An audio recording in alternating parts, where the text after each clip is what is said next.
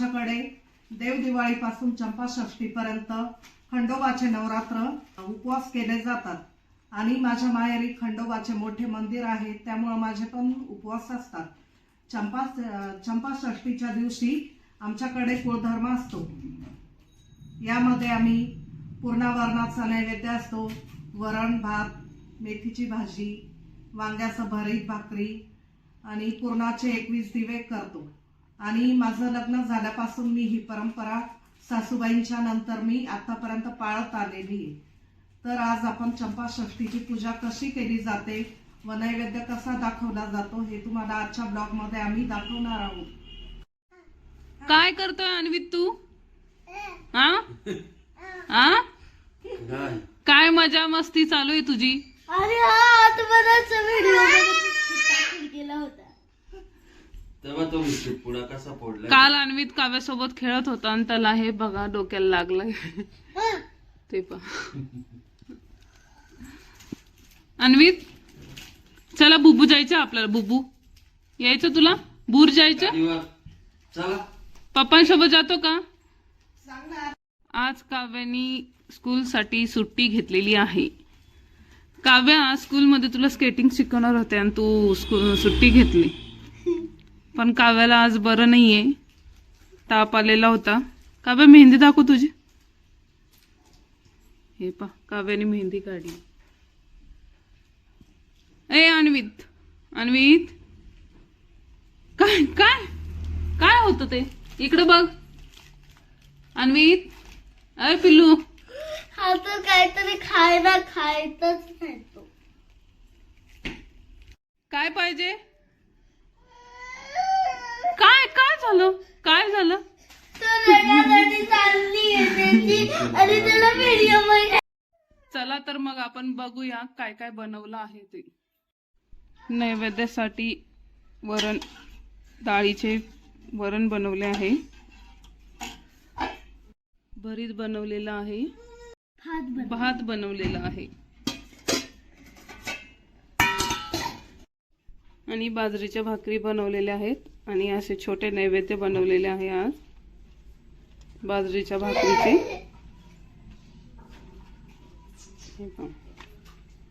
तर आता बाकी आहे तर पुरणपोळीचा स्वयंपाक बाकी आहे।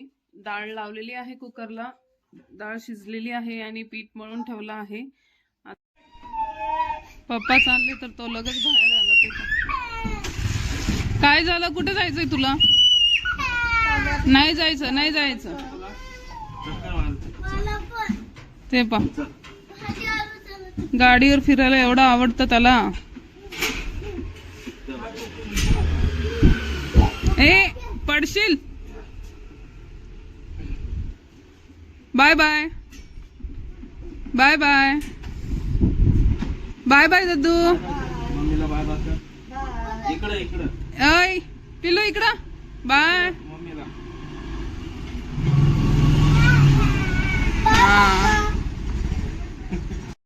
डाळ शिजून घेतलेली आहे हरभऱ्याची पुरणासाठी आणि पोळ्यांसाठी पीठ मळून ठेवलेलं आहे। बाकी तर वांग्याचं भरीत, भाकरी आणि डाळ भात झालेला आहे। देवपूजा यांनी करून घेतली आहे। खरं तर पप्पा असले की पप्पाच करतात देवपूजा, पण आता यांची ड्युटी सुरू झालेली आहे। पप्पा गेलेले आहे नर्मदा परिक्रमा करण्यासाठी। त्यांची अर्धी परिक्रमा झालेली आहे, आता अर्धी बाकी आहे। आई नैवेद्यासाठी मेथी घेत आहे।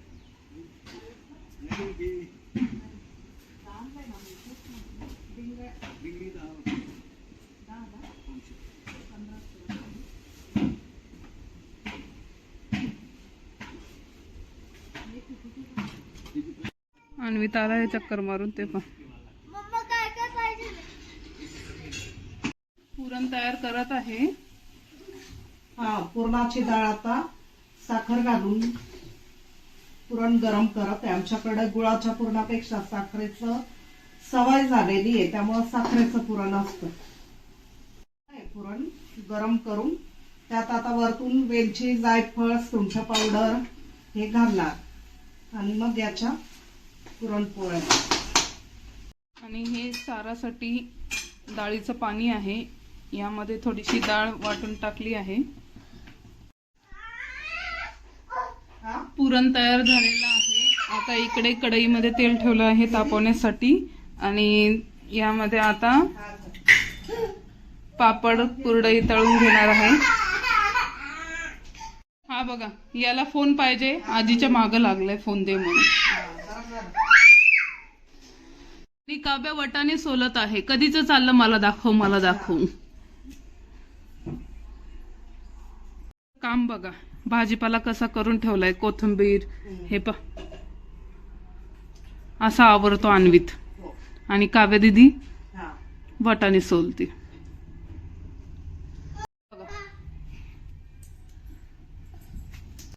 हे बघा काय करतो रे. त्याच्या टी शर्ट वर तर जरा बघा.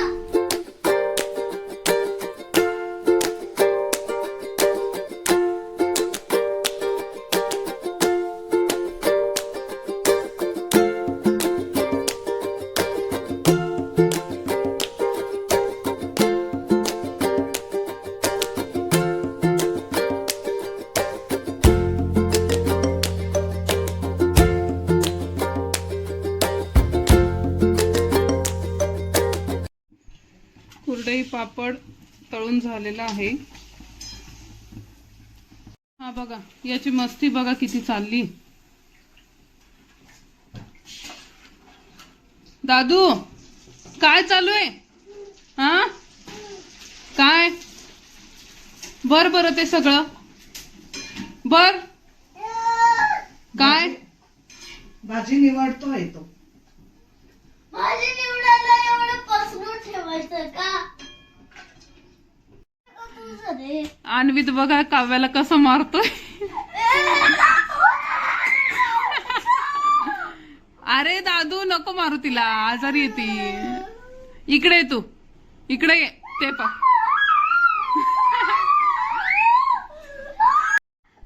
हा बघा तिला किती त्रास देतोय बघा. काय चालू आहे रे. का तिला त्रास देतो. ती आजारी आहे ना. फटके देऊ का. फटके देऊ. काय झालं तुला. काय झालं. कुणी मारलं तुला. भजी तळून घेत आहे.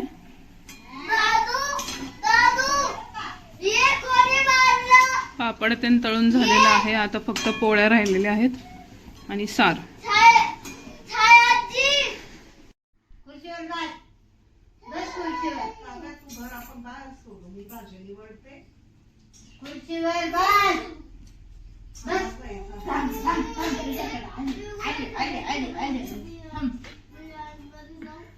काय रे काय झालं तुला. आजी रागवती तुला. हा रागवते आजी. काढू नको चड्डी. चला आता आपण सार बनवूया. इकडे पुरण वाटून ठेवलेलं आहे. पुरण रेडी झालेलं आहे.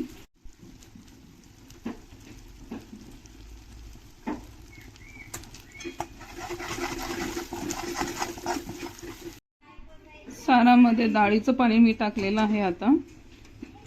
आणि इकडे आमसूल वापरता सारामध्ये, तर आमसूल पण टाकूया. अशा प्रकारे इकडे मी कढईमध्ये पाणी ठेवलं आहे गरम होण्यासाठी. आता ते पुरणाचे दिवे आपण उकडून घेऊया, कारण की उकडलेले दिवे आज करता नैवेद्यासाठी. सार रेडी झालेला आहे मस्तपैकी. दिवे उकडवण्यासाठी ठेवूया.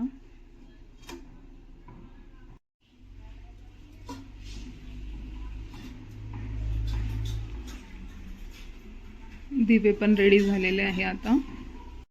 दिवे पण रेडी झालेले आहे. आता आपण नैवेद्य दाखवून घेऊया. काव्याला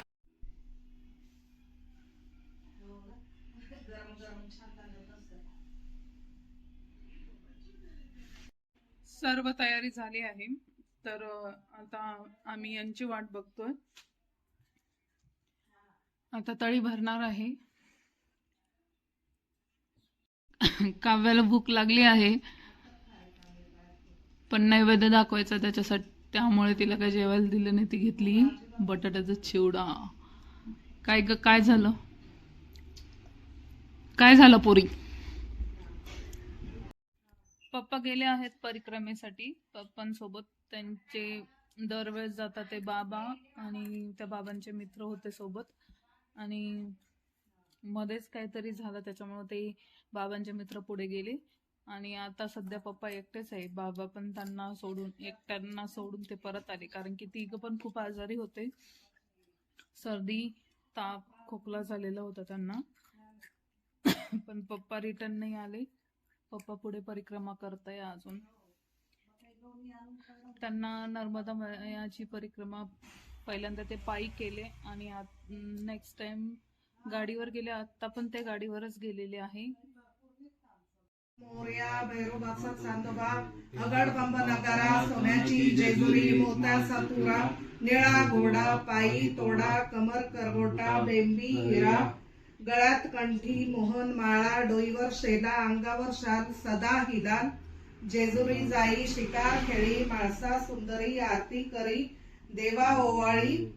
पुढं काय येत? कोट लागो शिकरा, खंडेरायाचा खंडका, भंडाराचा भडका, बोल सदानंदाचा, एअरपोर्ट एअरपोर्ट जय मल्हार, येळकोट येळकोट जय मल्हार. टोपी काढून आता खोबऱ्याची वाटी.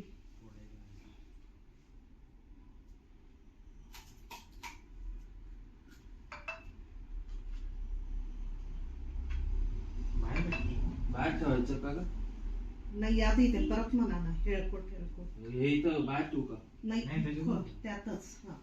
ह्याचं एक काम कर, 4 तुकडे ठेव नाही नंतर आधी म्हणा हेळकोट येळकोट येळकोट जय मल्हार, सदानंदाचा येळकोट.